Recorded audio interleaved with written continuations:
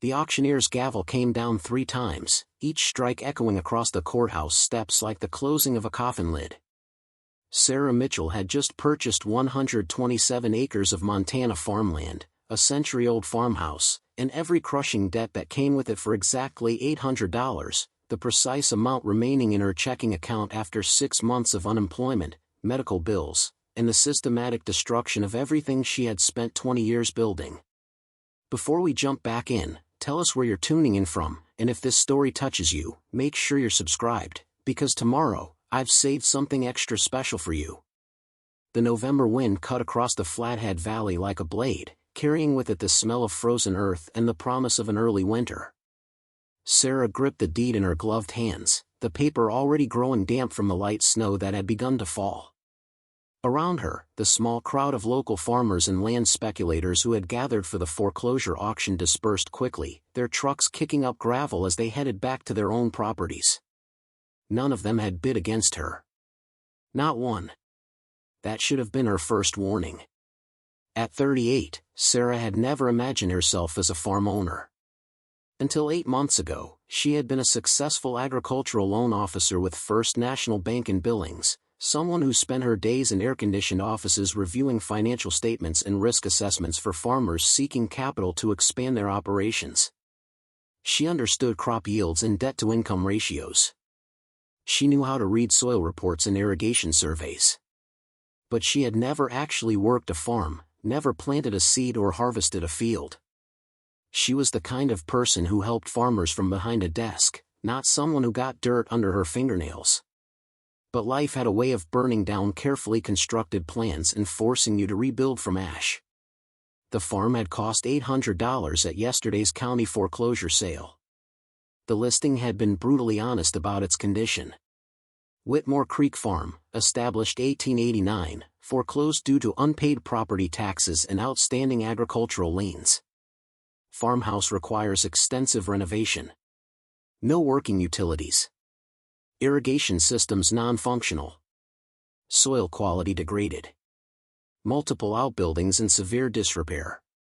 Sale includes main house, barn, equipment shed, grain silo, and 127 acres of formerly productive farmland with water rights to Whitmore Creek. Buyer assumes all liability for environmental contamination, structural hazards, and existing agricultural liens. What the listing hadn't mentioned, what Sarah had only discovered through 3 sleepless nights of research at the county clerk's office, was why a farm that had been continuously productive for over 130 years had suddenly failed in 2019, why its owners, the Whitmore family, had abandoned it so abruptly, and why the property had sat empty for 4 years with no serious buyers despite being prime agricultural land in one of Montana's most productive valleys. Sarah drove her 2004 Toyota Camry down the 2-mile dirt road that led from the county highway to the farmhouse. The road was in terrible condition, rutted and washed out by years of neglect, and her sedan bottomed out twice on rocks that should have been cleared seasons ago. Through the dusty windshield, she caught her first real glimpse of the property that was now incredibly hers. The farmhouse stood at the center of what had once been a thriving agricultural operation. It was a 2-story structure built from local timber and stone, the kind of solid frontier construction that was meant to house generations of the same family. The exterior showed decades of weathering, with paint peeling from the wood siding and several windows broken or boarded up. The front porch sagged dangerously on one side, and the roof showed multiple areas where shingles had blown away, exposing the timber framework beneath. But it was the land itself that truly captured her attention. The fields stretched away in every direction, 127 acres of valley bottom land that should have been among the most valuable agricultural property in the region. During the farm's productive years, this land had grown wheat, barley, and alfalfa, supporting a family and employing seasonal workers during harvest. Now it lay fallow and overgrown, the irrigation ditches choked with weeds, the soil cracked and neglected. Sarah pulled the Camry to a stop in what had once been a gravel parking area but was now mostly mud and dead grass. The engine shuddered and died with a sound that suggested it might not start again, which would be fitting given her current streak of mechanical and financial disasters. Through the driver's side window, she studied the property that was now hers, trying to see past the obvious decay to whatever potential might still exist beneath the years of neglect. The barn was even more imposing than the farmhouse. A massive timber frame structure that looked original to the 1880s, it rose 3 stories high with a gambrel roof and hand-hewn beams that were visible through gaps in the weathered siding. Despite the obvious deterioration, the basic structure looked sound. Someone had built this barn to last centuries, using materials and techniques that modern construction had largely abandoned. Preparing and narrating this story took us a lot of time, so if you are enjoying it, subscribe to our channel, it means a lot to us. Now back to the story. Stepping out of the car, Sarah was immediately struck by the silence. The farm was located in a remote section of the valley, with the nearest neighbor over 3 miles away. The isolation was almost overwhelming. No traffic sounds, no human voices, just the wind moving through the empty fields and the distant call of crows settling in the cottonwood trees that lined Whitmore Creek. She had come here with 2 suitcases, a box of personal belongings, and absolutely no plan beyond surviving the winter in a farmhouse that probably had no heat, no electricity, and no running water. It was the kind of decision that financial advisors would classify as catastrophic, that her former colleagues at the bank would call reckless, and that her sister in Seattle had already described as a complete mental breakdown. But it was also the only option that didn't involve complete surrender. The path that had led her to this abandoned farm began with a phone call on a Tuesday morning in March. Her husband David, a freelance construction contractor, had been working on a commercial project in Great Falls when the scaffolding collapsed. The fall had been devastating. Traumatic brain injury, spinal damage, internal bleeding. He had spent 4 months in intensive care, hovering between life and death while teams of specialists performed surgeries that insurance deemed experimental and therefore not covered. Sarah had exhausted their savings, maxed out every credit card, taken loans against their small house in Billings. David had died on a Thursday afternoon in July, holding her hand and apologizing for the financial destruction he was leaving behind. The medical bills alone totaled over $400,000. When the insurance company denied the claim due to a pre-existing condition technicality that their lawyers said would take years to fight, Sarah's last hope had evaporated. She had lost her job at First National Bank 6 weeks later. Corporate restructuring, they called it, though everyone knew the bank was eliminating positions to cut costs. At 38, with a 6-month gap in her employment history and a job market flooded with younger candidates willing to work for lower salaries, her prospects had looked grim even before potential employers started asking about her financial situation. The Billings house had gone into foreclosure in September. Her landlord, despite their previous good relationship, had been unwilling to negotiate given her unemployment status. Her sister in Seattle had offered temporary housing, but Sarah couldn't bear the thought of sleeping on a fold-out couch while her brother-in-law made passive-aggressive comments about financial responsibility and personal failure. So when she had seen the farm listing buried in the legal notices section of the Billings Gazette, something had shifted. $800 for 127 acres of Montana farmland. It was insane. Probably uninhabitable. Definitely the kind of decision that responsible people would call suicidal. But it was also the only option that didn't involve admitting complete defeat. The county clerk who processed her bid had looked at her with obvious concern. "Ma'am, you understand this property has no utilities, extensive structural damage, and significant agricultural liens. You're buying it sight unseen, and the county makes no warranties about habitability or even basic safety." "I understand," Sarah had replied, writing a check for her last $800. "I'll take my chances." Now, standing in the mud beside her dying car with 2 suitcases representing the sum total of her worldly possessions, she was beginning to question that confidence. The farmhouse looked even more daunting up close, and the isolation was almost crushing. Her cell phone showed no signal, the nearest town was 12 miles away, and the access road looked like it might become impassable during the first serious snowstorm. But there was something else. Something she hadn't expected. Despite the obvious challenges and the sheer impracticality of her situation, she felt a strange sense of possibility. Maybe it was the dramatic beauty of the valley setting, or the solid craftsmanship of the old buildings, or simply the fact that she finally owned something again after months of losing everything that mattered. She walked toward the farmhouse, her boots crunching on frozen ground. The front porch steps creaked dangerously under her weight, but they held. The main door was heavy oak, weathered but intact, protected by a small overhang that had shielded it from the worst of Montana's weather.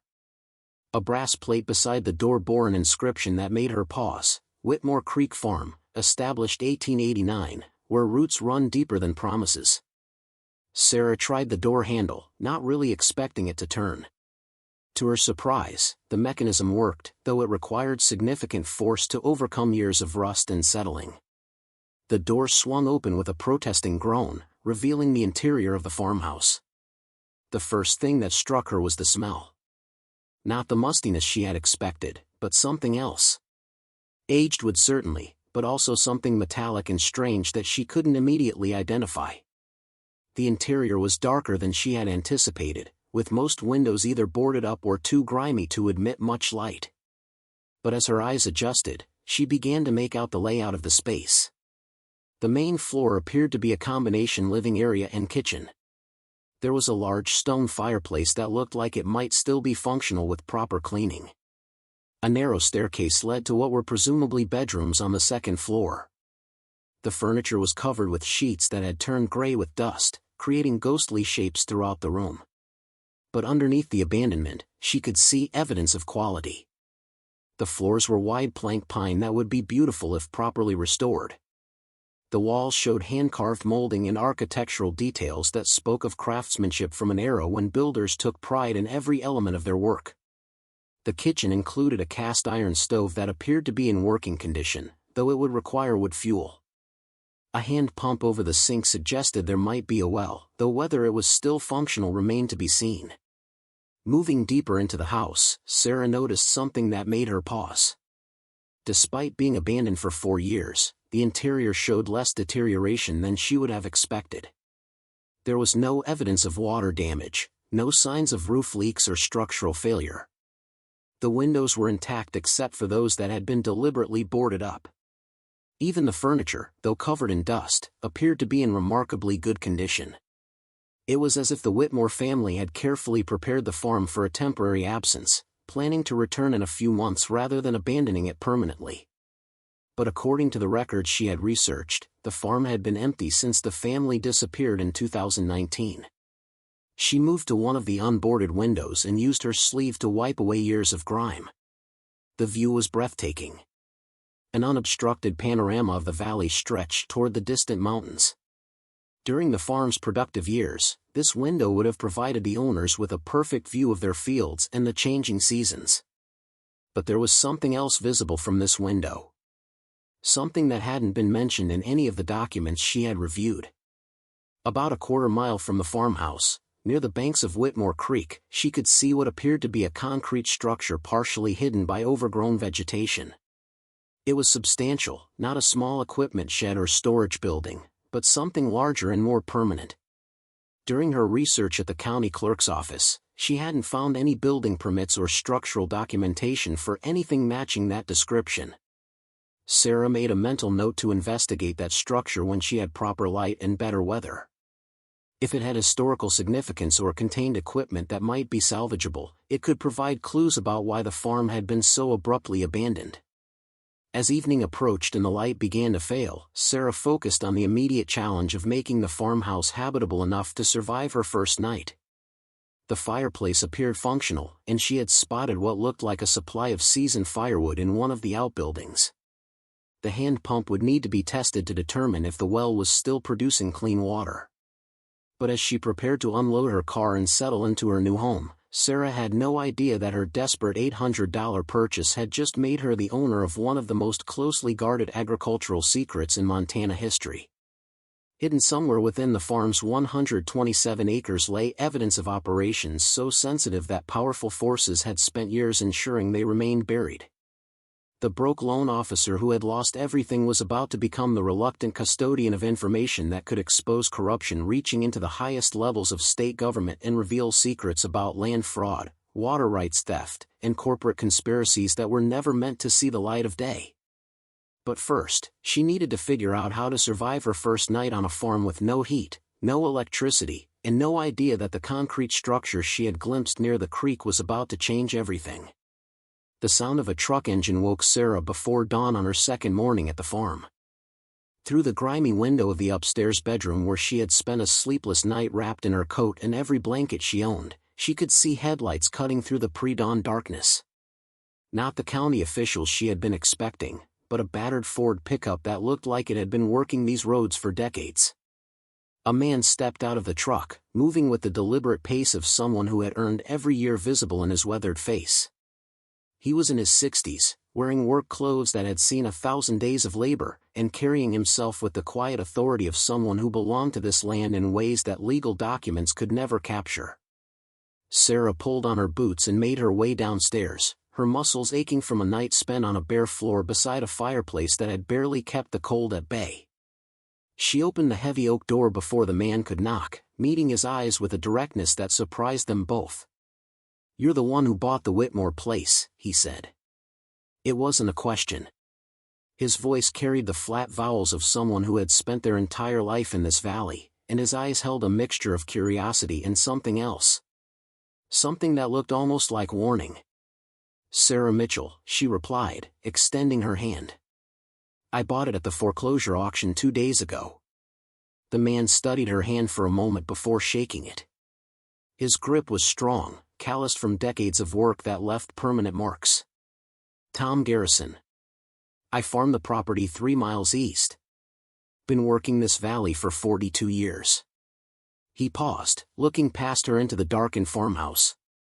"You should know, you're not the first person to buy this place since the Whitmores left. You're the fourth." Sarah felt a chill that had nothing to do with the November cold. "What happened to the others?" Tom shifted his weight, clearly uncomfortable with what he was about to say. "First one was a young couple from California. Paid 3 times what you did, had big plans about organic farming and sustainable agriculture. Lasted 6 weeks before they packed up and left in the middle of the night. Never filed for the deed transfer. Second was a corporate farm operation out of Billings. Sent a crew to assess the property for development. They were here 2 days before the company withdrew their offer and refused to explain why.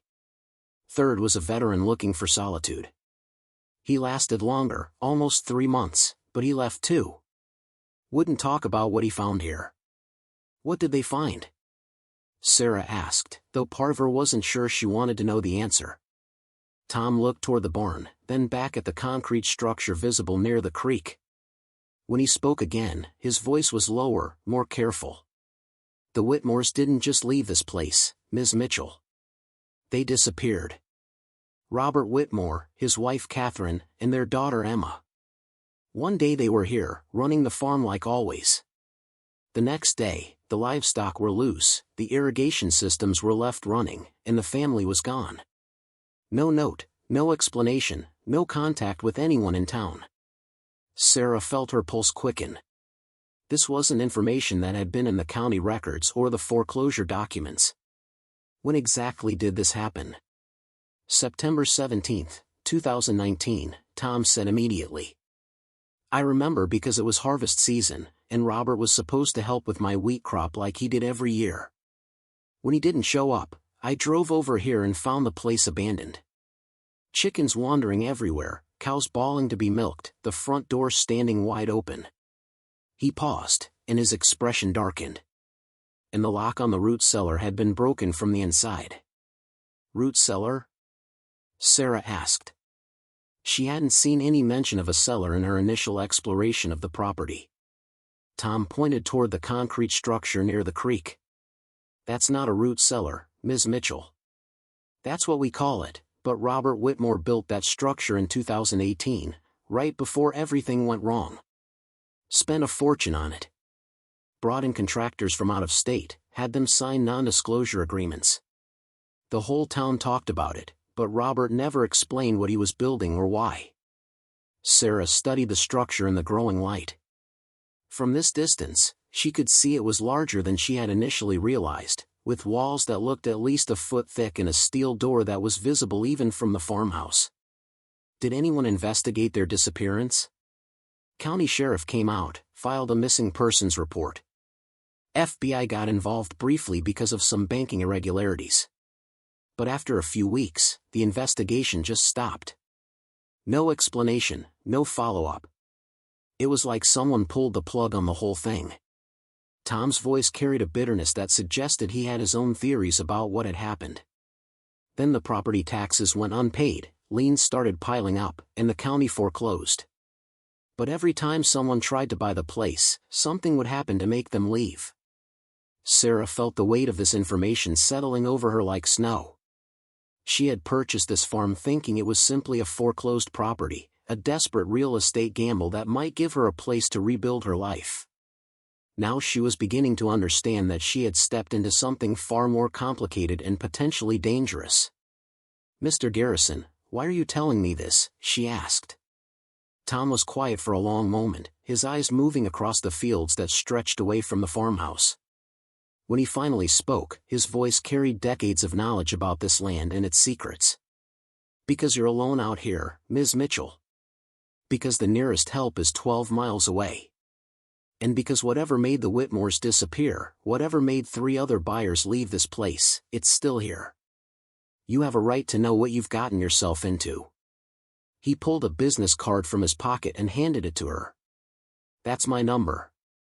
Cell service is terrible out here, but you can usually get a signal from the high point near the creek.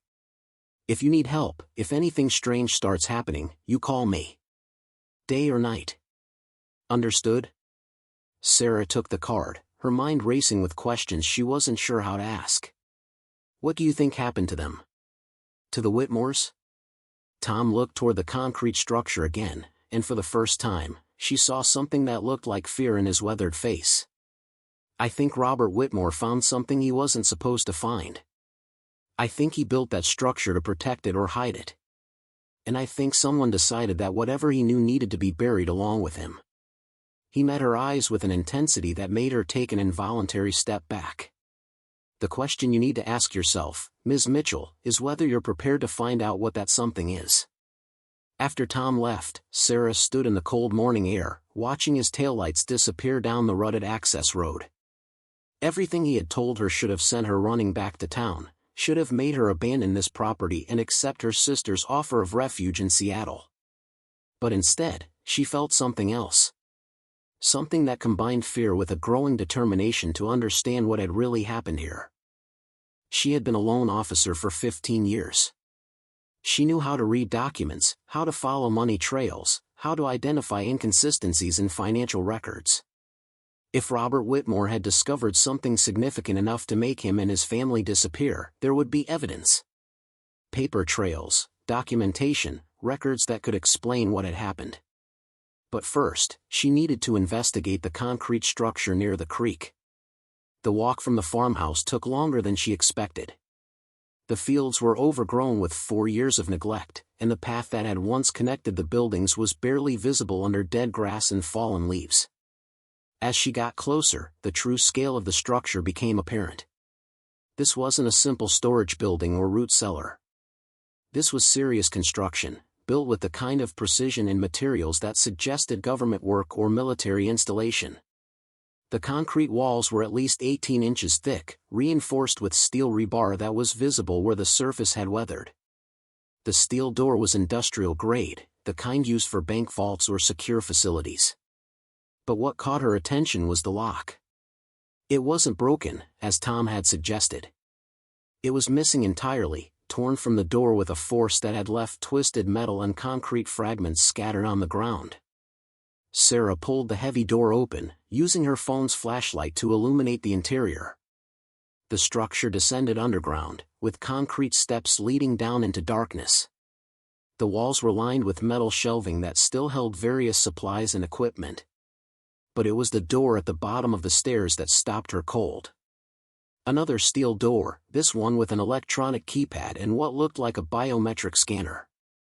The equipment was modern, installed within the last few years. This wasn't historical construction. This was contemporary security technology that had no business being on an abandoned farm in rural Montana. The keypad was dead, no power to the electronic systems. But someone had been here recently. The floor showed fresh footprints in the dust, and there were marks on the walls where hands had steadied themselves during descent. Someone was still coming to this place, still accessing whatever lay beyond that inner door. Sarah climbed back up the stairs and out into the November sunlight, her mind struggling to process what she had seen. Robert Whitmore had built a secure underground facility on his property, equipped it with modern security systems, and then disappeared under circumstances that had shut down both local and federal investigations. The implications were staggering. She spent the rest of the morning searching the farmhouse more thoroughly, looking for documents or records that might explain what Whitmore had been doing. The main floor yielded nothing unusual, but when she climbed to the second floor and began examining the bedrooms more carefully, she found something that made her pulse quicken. In what had clearly been Robert Whitmore's office, hidden behind a loose board in the closet, was a fireproof document box. The lock had been broken, probably during the same event that had damaged the concrete structure's entrance. Inside were files that Sarah recognized immediately from her banking experience.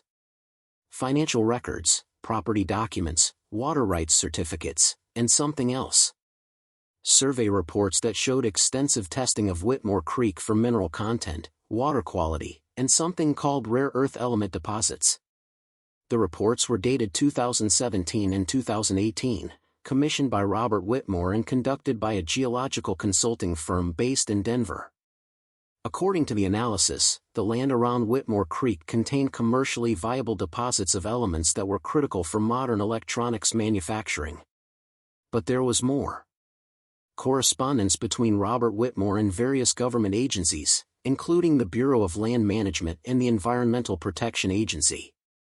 Letters that grew increasingly urgent as Whitmore reported that his water rights were being systematically challenged by a corporate entity he identified only as Montana Agricultural Development Corporation.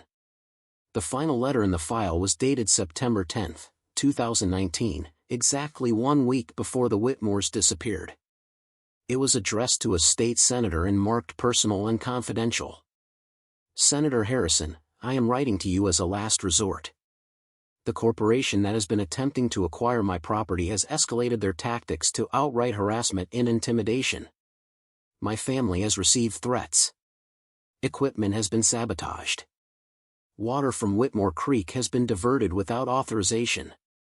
I have documented evidence of illegal mineral prospecting on my land and evidence of collusion between state officials and corporate interests to force foreclosure on properties with valuable mineral deposits. I am prepared to go public with this information if appropriate action is not taken to protect my family and property rights. I have secured copies of all relevant documentation in a location where they cannot be seized or destroyed. Please contact me immediately. Sarah sat on the dusty floor of Robert Whitmore's office, surrounded by documents that painted a picture of systematic corruption and land theft. The Whitmores hadn't just disappeared. They had been driven away or worse by forces that wanted access to the mineral deposits beneath this farm. And they had built the concrete structure to protect evidence of what was being done to them. The sound of vehicles approaching made her scramble to her feet.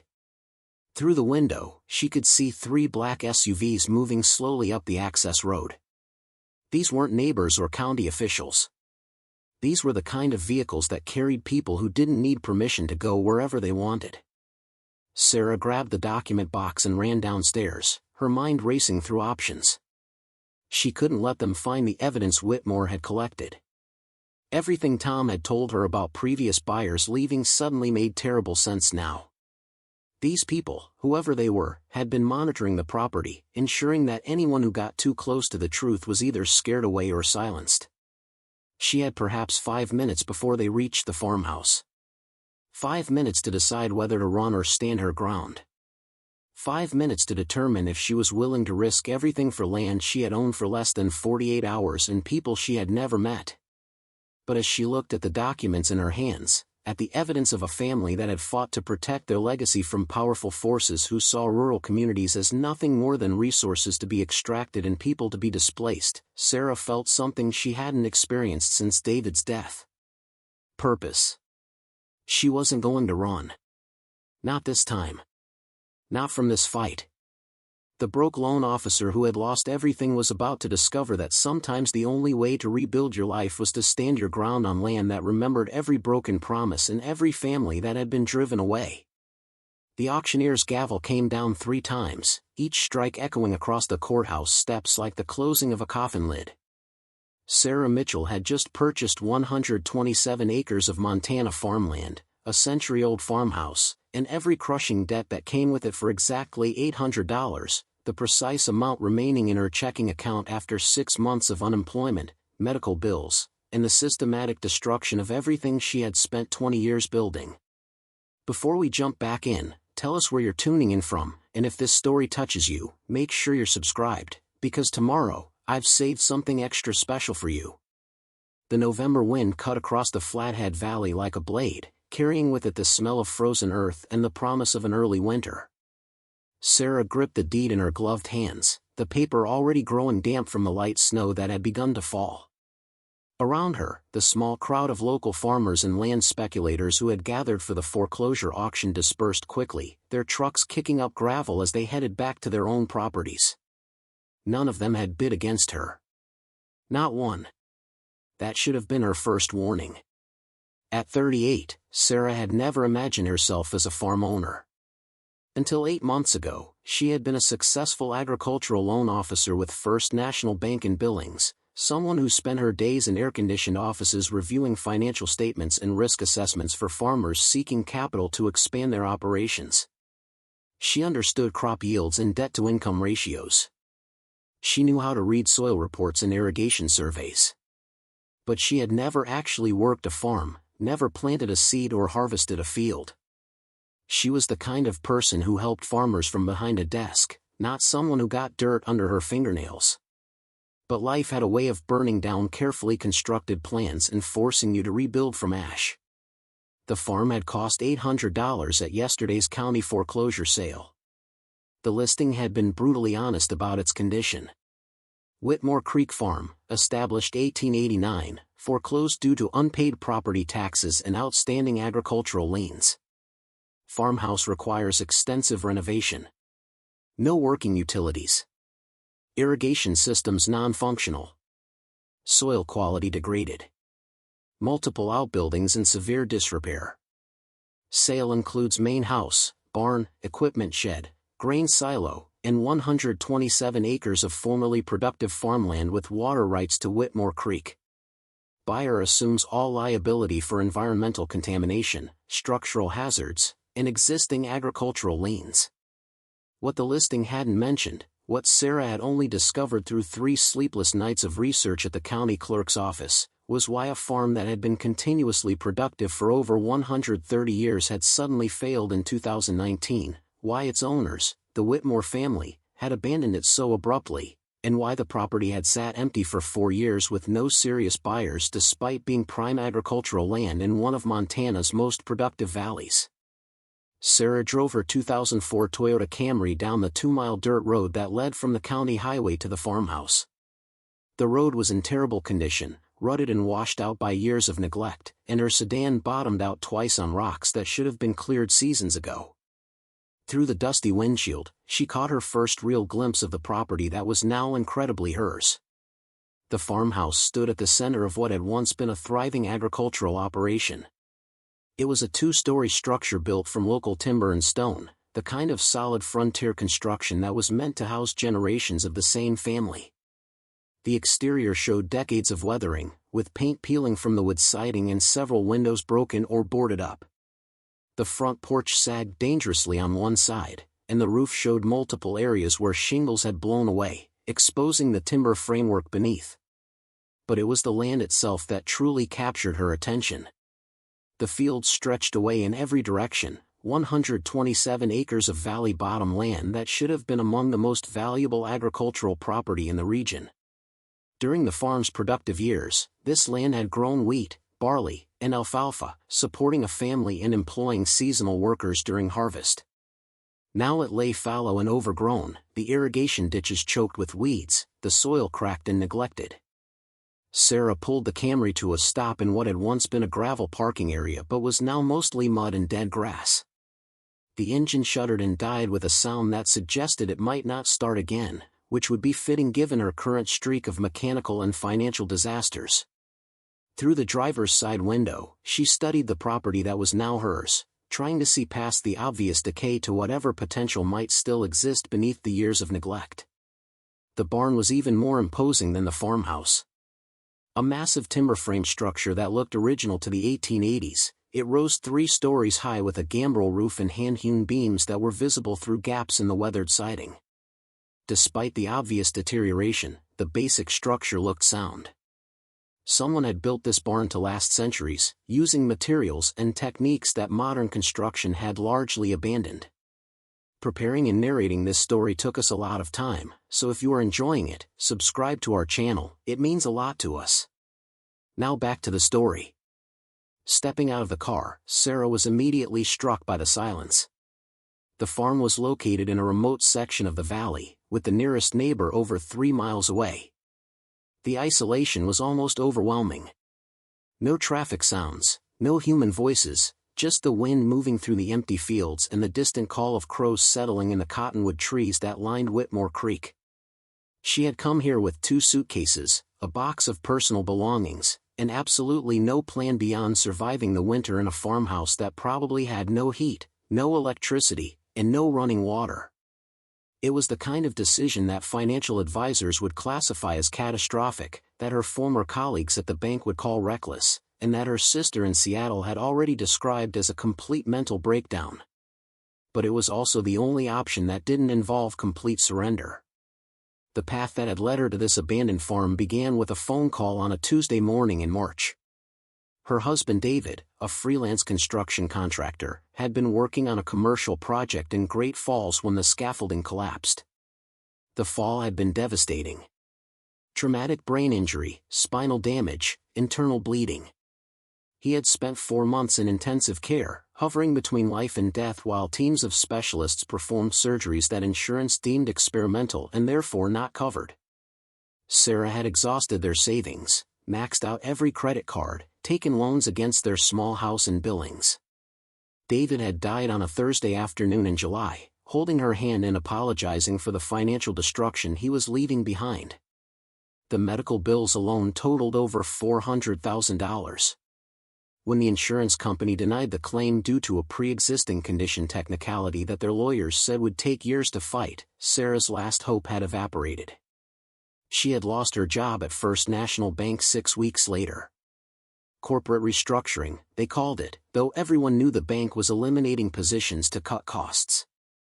The soil beneath her feet held secrets that went far deeper than mineral deposits.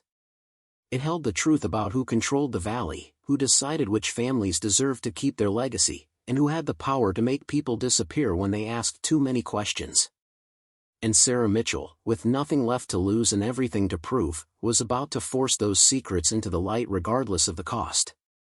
The black SUVs pulled to a stop in front of the farmhouse, their engines idling in a way that suggested the occupants were in no hurry to leave. Sarah stood in the doorway, the document box hidden behind a loose board in the kitchen wall where she had shoved it moments before.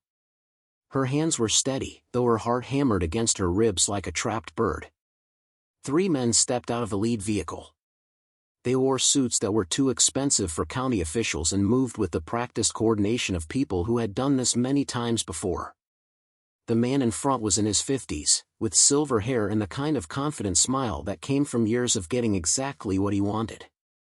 "Ms. Mitchell," he said, extending his hand as he approached the porch.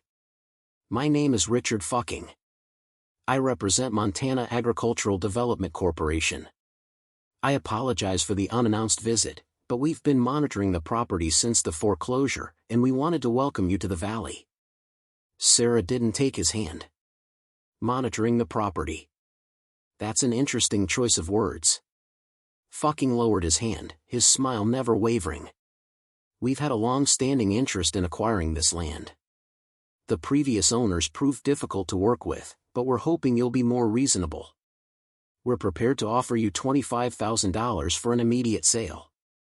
That's more than 30 times what you paid at auction." "The property isn't for sale," Sarah said flatly. "Ms. Mitchell, I don't think you understand your situation. This farm requires extensive investment to become productive again. The irrigation systems are destroyed. The soil quality has degraded significantly. The buildings are structurally unsound. You don't have the capital or expertise to restore this operation." His tone remained pleasant, but there was steel underneath. "Our offer is generous, especially considering the property's condition." Sarah studied the three men, noting the bulges under their jackets that suggested they weren't just carrying briefcases. "What does your corporation really want here?" "Because I've seen the geological surveys. I know about the rare earth deposits. I know what this land is actually worth." The change in fucking's expression was subtle but unmistakable. The pleasant mask slipped just enough to reveal something colder underneath. "Those surveys are proprietary information belonging to Montana Agricultural Development Corporation." "How did you access them?" "They belong to Robert Whitmore," Sarah replied. "Which means they now belong to me as part of the property transfer. Along with everything else he documented about your company's activities in this valley." Fucking glanced at his companions, some silent communication passing between them. When he looked back at Sarah, the pretense of friendliness had vanished entirely. "Ms. Mitchell, you need to understand something. Robert Whitmore made a series of very poor decisions that resulted in significant legal and financial consequences for his family. Those consequences can extend to anyone who continues his pattern of obstruction and interference with legitimate business operations." "You mean anyone who refuses to let you steal their land," Sarah said. "We don't steal anything," fucking replied, his voice hardening. "We acquire properties through entirely legal processes. Foreclosure, eminent domain, voluntary sales. The law is on our side, Ms. Mitchell. It always has been." Sarah felt anger rising in her chest, hot and clean. She had spent 15 years working in banking, watching how money and power shaped rural communities, how families like the Whitmores could be systematically destroyed by people who saw land as nothing more than a commodity to be exploited. She had processed enough foreclosure documents to understand exactly how legal processes could be weaponized against people who lacked resources to fight back. "Where are they?" she asked suddenly. "Where are the Whitmores?" Fucking's expression remained carefully neutral. "I have no information about the Whitmore family's current location. They abandoned this property of their own accord. After you threatened them. After you sabotaged their equipment and diverted their water rights. After you made it impossible for them to continue farming." Sarah took a step forward, her voice rising. "I've seen the letters. I've seen the documentation of everything your company did to drive them off this land. Accusations without evidence, Ms. Mitchell. And even if such evidence existed, it would be your word against a corporation with significant legal resources and political connections throughout the state." Fucking straightened his tie, the gesture somehow menacing. "I'm going to give you 24 hours to reconsider our offer. After that, we'll pursue other options for acquiring this property." "What other options?" Sarah demanded. Fucking smiled, but it didn't reach his eyes. "Property taxes. Environmental violations. Safety inspections that find the buildings structurally unsound. Agricultural liens that you inherited with the purchase. There are many legal mechanisms available for dealing with uncooperative property owners, Ms. Mitchell. You'd be amazed how quickly problems can accumulate for someone in your position." The three men returned to their vehicles and drove away, leaving Sarah standing alone on the porch. Her hands were shaking now, adrenaline and fear catching up with her. She had just made herself a target for people who had the resources and ruthlessness to destroy anyone who opposed them. But she had also found something Robert Whitmore had been willing to risk his family's safety to protect. Evidence of a systematic pattern of land theft targeting rural property owners throughout the valley. If she could get that evidence to the right people, if she could expose what was being done to families like the Whitmores, maybe she could prevent others from suffering the same fate. The question was whether she could survive long enough to make it matter. Sarah spent the rest of the day photographing every document in Robert Whitmore's collection, uploading the images to a cloud storage account, and sending copies to her sister with instructions to contact a lawyer if anything happened to her. It wasn't much protection, but it was something. A dead man's switch that might make her too dangerous to silence. As night fell, she built a fire in the stone fireplace and sat in the darkened farmhouse, listening to the wind move through the empty fields. The isolation that had seemed overwhelming 2 days ago now felt protective. Out here, she could see anyone approaching long before they arrived. Out here, the land itself was her ally. Her phone buzzed with a text message. She was surprised to see she had 1 bar of signal, enough for the message to come through. It was from Tom Garrison. Saw vehicles at your place. You okay? Sarah typed back carefully. For now. They made an offer. I refused. The response came quickly. Good. But be careful. They don't give up easy. Can you meet tomorrow? I have something you need to see. She agreed, and they arranged to meet at sunrise at the high point near Whitmore Creek. Tom said he'd bring coffee and answers to questions she hadn't thought to ask yet. That night, Sarah barely slept. Every sound made her sit up, her heart racing. But the hours passed without incident, and when dawn finally broke across the valley, she felt something she hadn't experienced in months. Not hope exactly, but determination. A sense that maybe, just maybe, she had found something worth fighting for. Tom arrived at the meeting point as promised, carrying 2 thermoses of coffee and a worn leather folder. He looked like he hadn't slept much either. 42 years I've been farming this valley, he said without preamble, pouring coffee into tin cups. I've watched families come and go. Watched the land get bought up piece by corporations that don't give a damn about the people who work it. But Robert Whitmore was different. He fought back. What happened to him? Sarah asked. Tom was quiet for a long moment, his eyes moving across the fields below them. I don't know for certain. But I have theories. He opened the leather folder, revealing documents of his own. Property records, water rights certificates, geological surveys. 18 months ago, I started noticing patterns. Farms with potential mineral deposits suddenly facing financial problems. Families who had been here for generations forced into foreclosure. Property bought up by shell companies that all traced back to Montana Agricultural Development Corporation. He pulled out a map of the valley with various properties marked in different colors. Red marks are farms that have been foreclosed in the last 5 years. Blue marks are properties currently fighting legal battles over water rights or environmental violations. Green marks are places where geological testing has been conducted. Notice anything? Sarah studied the map, her banking experience making the pattern immediately obvious. They're all along the same geological formation. Following the mineral deposits. Exactly. And every single one faced the same pattern of harassment and legal pressure that destroyed the Whitmores. Equipment sabotage. Water rights challenges. Sudden tax liens. It's coordinated, systematic, and completely illegal if you can prove it. Tom met her eyes with an intensity that reminded her of her late husband. That same fierce determination to do what was right regardless of the cost. Robert Whitmore figured it out. He started documenting everything, gathering evidence, reaching out to other families who had been targeted. That's what got him disappeared. But where did he go? Sarah asked. Tom pulled out one more document, this one a printout of a news article from a Boise newspaper dated October 2019.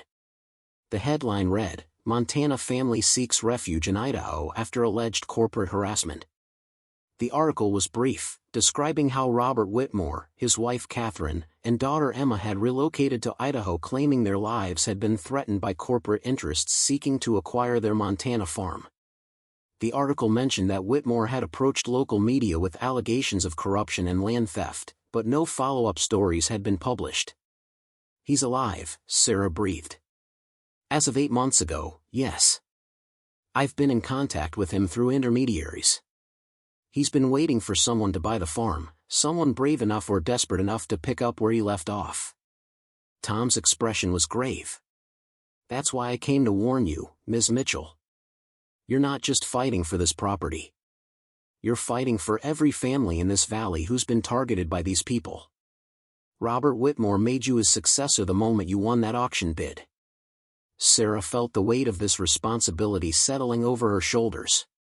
She had bought the farm thinking she was just finding a place to survive the winter.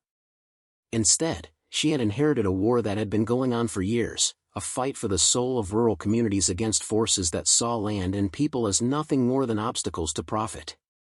"What do I do?" she asked. Tom smiled for the first time since she'd met him. "You do what Robert couldn't. You stay. You document everything they do to try to drive you away. And when the time is right, you take every piece of evidence you've gathered and you burn their operation to the ground." Over the following weeks, Sarah transformed from a desperate woman fleeing her past into something else entirely. She learned to maintain the well pump, to keep the fireplace burning through Montana's brutal winter nights, to navigate the valley's social networks of farmers who had been fighting their own quiet battles against corporate encroachment. Tom introduced her to others. Families who had lost their land, farmers still fighting to keep theirs, lawyers who worked pro bono cases against agricultural corporations, journalists investigating rural land fraud.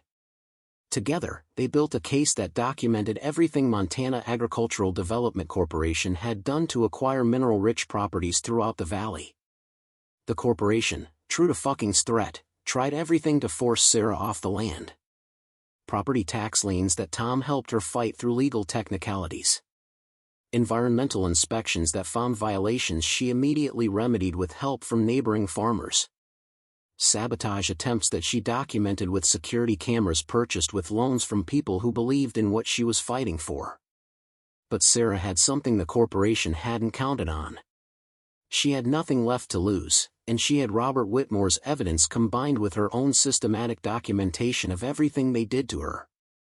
More importantly, she had discovered something about herself during those long winter nights alone in the farmhouse.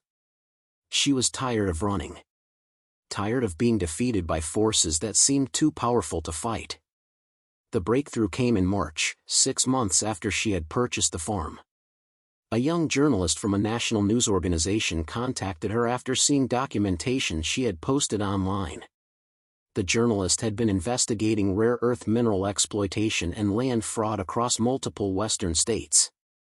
Sarah's case, combined with Robert Whitmore's evidence and documentation from dozens of other affected families, became the centerpiece of an exposé that revealed systematic corruption reaching into state government agencies. The article ran in late April, just as spring was breaking across the valley. Within days, federal investigators were opening cases against Montana Agricultural Development Corporation and several state officials. Property foreclosures were being reviewed. Families who had lost their land were filing lawsuits to reclaim it. Robert Whitmore came home in May. Sarah met him at the farmhouse on a morning when the fields were beginning to show the first signs of new growth. He was older than she had imagined, his face lined with the kind of exhaustion that came from watching everything you built be torn away. His wife Catherine stood beside him, and their daughter Emma, now 19, surveyed the farm with eyes that held both recognition and grief. "Thank you," Robert said simply, his voice rough with emotion. "For not giving up. For finishing what I couldn't." Sarah showed them around the property, pointing out the repairs she had made, the systems she had restored, the life she had begun to build in the spaces they had been forced to abandon. But when they reached the concrete structure near the creek, Robert stopped. "I built this to protect everything I'd learned about them," he said. "I thought if I could just keep the evidence safe, someone would eventually find it and use it to stop what they were doing." He turned to Sarah, his eyes bright with tears. "I never imagined that someone would be willing to risk everything to make it matter." They stood together in the spring sunlight, for people connected by land that had seen betrayal and theft and the quiet determination of those who refused to be driven away. The valley stretched around them, fields waiting to be planted, water rights secured, a future that finally belonged to the people who worked the soil rather than corporations who saw it as commodity. Sarah understood then what the land had been trying to teach her during those long winter nights. Legacy wasn't something you inherited. It was something you earned through the choices you made when everything else had been taken away. It was the decision to stand your ground when running would be easier. It was the refusal to let powerful forces destroy communities simply because they could.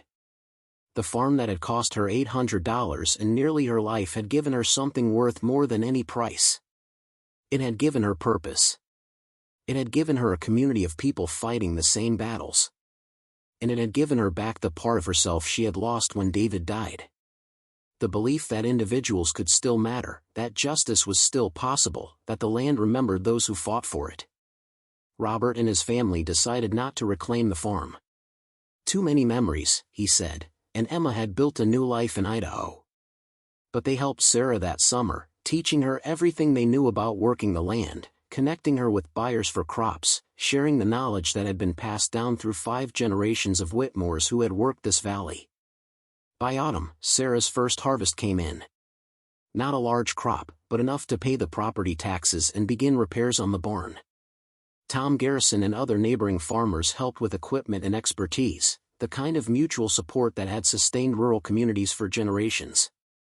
On an October evening exactly 1 year after she had purchased the farm, Sarah stood on the porch of the farmhouse watching the sun set across fields she had planted and tended and harvested. The mountains to the west were already showing snow on their peaks, promising another hard winter ahead. But this time, she was ready. The broke loan officer who had lost everything had found something worth more than what had been taken. She had found land that held her when she had nowhere else to go. She had found people who fought beside her when she faced forces that should have crushed her. She had found that legacy was written not in deeds and titles, but in the choice to stay when staying was the hardest thing you could do. The wind moved through the empty fields, carrying with it the smell of earth and rain and the promise of seasons still to come. And Sarah Mitchell, owner of Whitmore Creek Farm, stood her ground on soil that had learned to recognize those who belonged to it through blood and sweat and the stubborn refusal to surrender what was worth keeping. The land had given back what it had taken. And in return, Sarah had given it what it needed most. Someone willing to remember its stories, defend its legacy, and ensure that families like the Whitmores would never again be erased from the valleys they had built with their own hands. The letters started arriving the winter after Sarah's second harvest. Not many at first, just a few envelopes with unfamiliar return addresses from towns scattered across Montana, Wyoming, Idaho. Families who had read about her fight, people who had lost their own land or were still fighting to keep it. They wrote asking for advice, for copies of the documentation she had used, for proof that it was possible to stand against forces that seemed unstoppable. Sarah answered every letter. She spent winter evenings at the kitchen table that she had refinished herself, writing back by the light of oil lamps when the generator failed, sharing what she had learned about navigating property law, documenting harassment, finding lawyers willing to take cases against powerful corporations. Tom Garrison often stopped by those nights, bringing firewood or food, sitting across from her and helping compose responses to people they would never meet but whose struggles they understood in their bones. By the 3rd year, the letters had become a flood. Sarah converted the barn's upper level into an office space, installing solar panels and internet equipment that finally gave the farm reliable connectivity. She hired Emma Whitmore, who had returned from Idaho with a degree in environmental law, to help manage what had become something larger than either of them had anticipated. They called it the Whitmore Creek Land Trust, a nonprofit dedicated to helping rural families defend their property rights against corporate exploitation. Robert Whitmore visited often during those years, though he never stayed long. The farm held too many ghosts for him, Sarah understood. But he contributed his expertise, his contacts, his fierce determination that what had happened to his family would not happen to others. Catherine came less frequently, but when she did, she brought seeds saved from the farm's original gardens, varieties that had been grown on this land for 5 generations. Together, she and Sarah replanted those gardens, and the old flowers bloomed again after years of absence. The corporation fought back, of course. Montana Agricultural Development Corporation filed lawsuits claiming defamation, attempted to pressure Sarah's funding sources, used their political connections to create regulatory obstacles for the land trust. But something had shifted in the valley. Too many people had been hurt, too many families displaced. The exposure Sarah had helped bring had made it impossible for the corporation to operate in the shadows anymore. By the 5th year, Montana Agricultural Development Corporation had dissolved, its assets seized in federal investigations that traced the corruption far beyond Montana's borders. The executives who had threatened Sarah that day on her porch were facing criminal charges. Properties that had been illegally acquired were being returned to their original owners or their descendants. The valley was beginning to heal. But the scars remained. Sarah saw them in the faces of families who had lost years to legal battles, in the empty farmhouses that would never be reclaimed because there was no one left to come home, in the children who had grown up in cities because their parents' land had been stolen. Justice, she learned, was never as complete as you hoped it would be. It closed some wounds but could not erase the damage that had been done. She learned other things too during those years. She learned that soil could be restored if you gave it time and attention, that fields left fallow for years could produce again with proper care. She learned the rhythms of seasons in Montana, the way spring arrived suddenly after endless winter, how autumn harvest felt like both accomplishment and farewell. She learned the names of every farmer within 20 miles, their histories and struggles, the web of relationships that sustained rural communities through hardship. She learned to fix equipment that broke at the worst possible times, to navigate weather that could destroy a season's work in a single afternoon, to make decisions about planting and harvest based on knowledge passed down through generations she had never met. The land taught her patience, humility, and the difference between ownership and stewardship. Tom Garrison's health began failing during the 6th year. Cancer, the doctors said, though Tom joked it was just age catching up with stubbornness. He spent his final months teaching Sarah everything he knew about the valley, its water systems, its soil types, the unwritten agreements between neighbors that had governed the land longer than any legal document. When he died that autumn, Sarah stood at his funeral surrounded by farmers who had known Tom their entire lives, and understood that she had become part of something that extended far beyond her own story.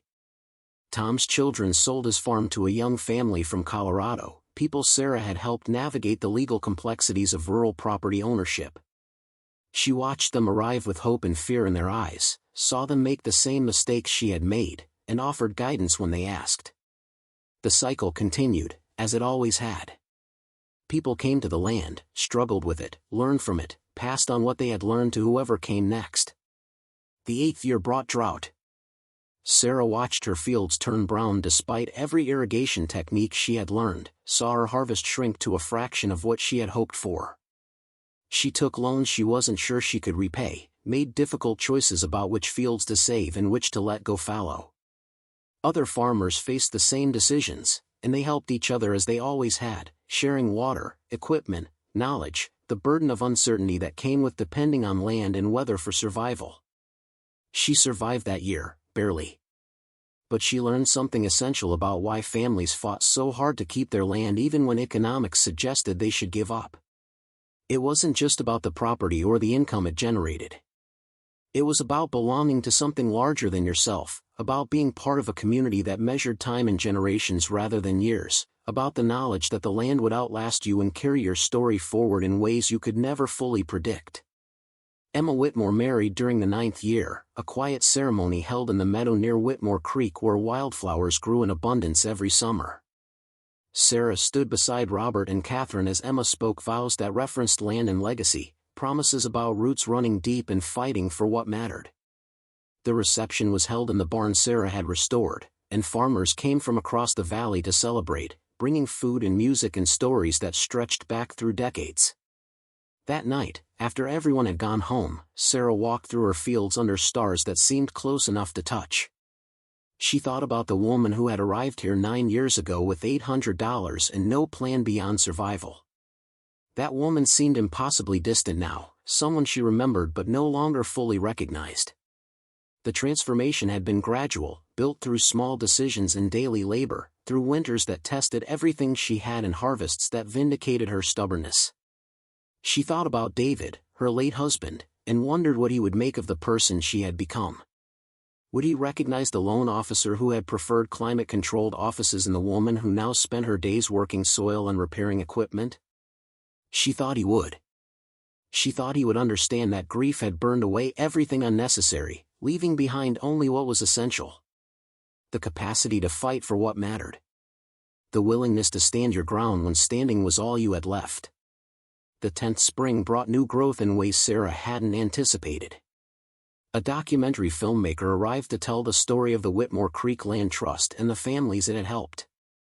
The resulting film, which premiered at a festival in New York before being picked up by a streaming service, brought national attention to the issue of corporate land exploitation in rural communities.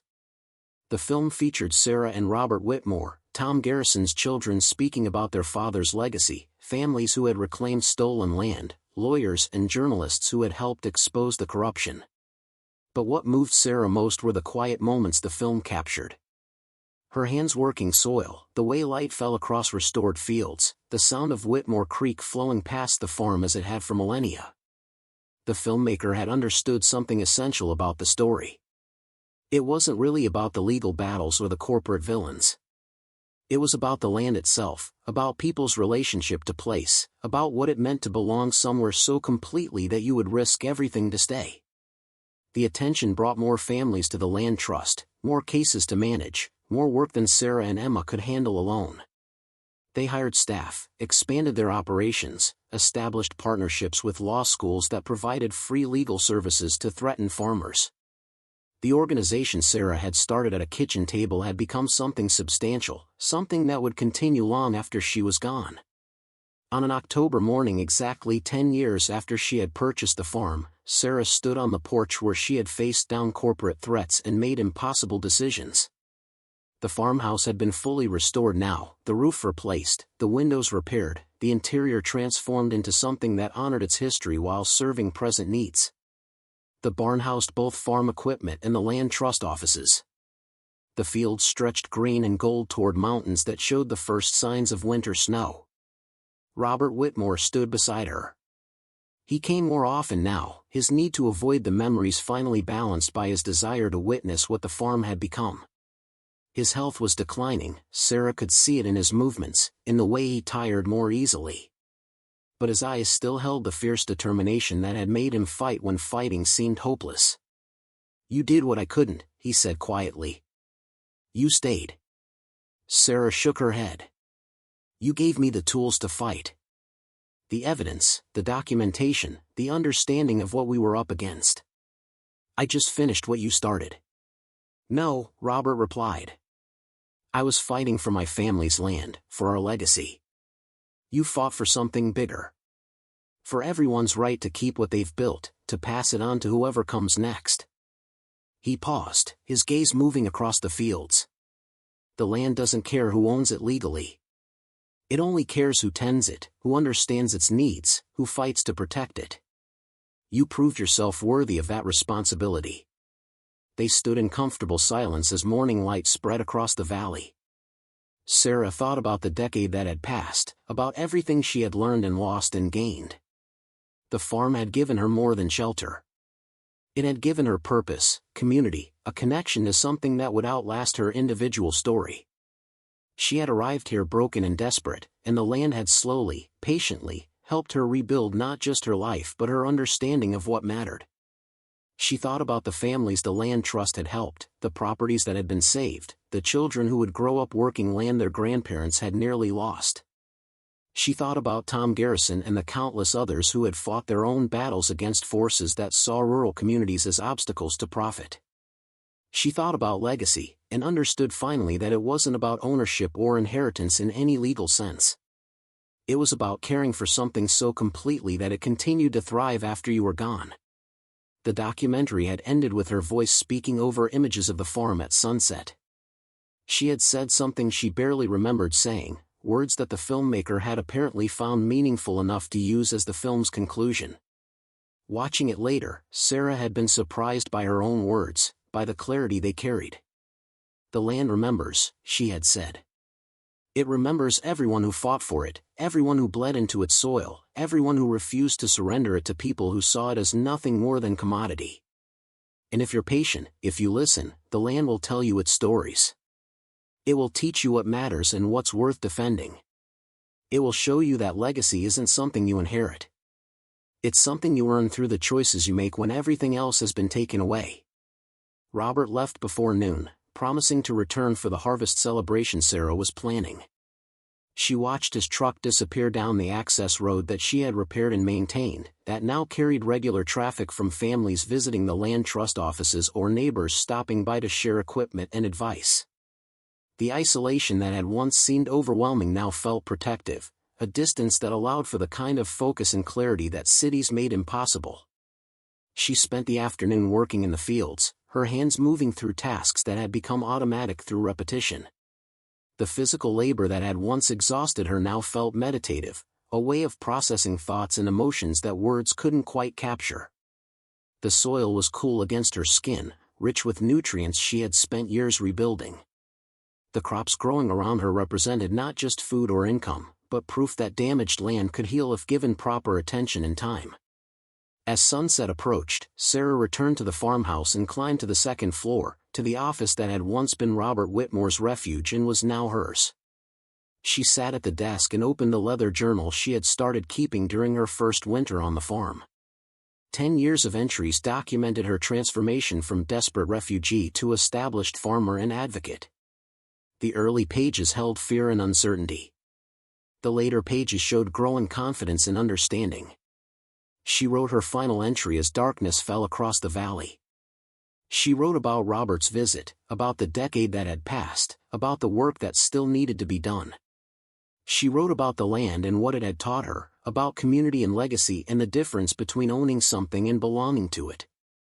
And she wrote about the future, about the young farmers who would continue the work she and others had started, about the children who would grow up understanding that land was not just property but responsibility, not just commodity but heritage. When she finished writing, Sarah closed the journal and placed it on a shelf beside the documents Robert Whitmore had preserved, beside the letters from families they had helped, beside the photographs of harvests and celebrations and quiet moments that together told a story larger than any individual life. These records would remain here, she knew, part of the farm's archive for whoever came next. The land would continue, as it always had, and the stories it held would be passed on to people she would never meet but who would face their own battles and need to know that victory was possible. She walked outside into the October night, breathing an air that carried the scent of earth and approaching winter. The stars overhead were brilliant in the darkness, unchanged by human struggles and triumphs, witnessing everything with ancient indifference. But the land beneath her feet was different now. Healed but not unmarked. Changed by the people who had fought for it, who had refused to let it be taken, who had understood that some things were worth more than their economic value. Sarah Mitchell, who had arrived at this farm with nothing but desperation and $800, stood on ground that would remember her long after she was gone. She had become part of the land's story, part of its legacy, part of the continuous cycle of people who came to rural places seeking something cities could never provide and found themselves transformed by the discovery. The wind moved through the empty fields, carrying with it the whisper of seeds waiting to be planted, of seasons still to come, of stories that would continue long after the current chapter had ended. And in that wind, if you listened carefully enough, you could hear the voices of everyone who had ever fought for this land, everyone who had understood that belonging was earned through sacrifice and stubbornness and the refusal to surrender what was worth keeping. The farm breathed in the darkness, alive with memory and promise, patient as always, waiting for whoever would come next to learn its lessons and add their own story to the soil that held them all. Up next, you've got 2 more standout stories right on your screen. If this one hit the mark, you won't want to pass these up. Just click and check them out. And don't forget to subscribe and turn on the notification bell so you don't miss any upload from us.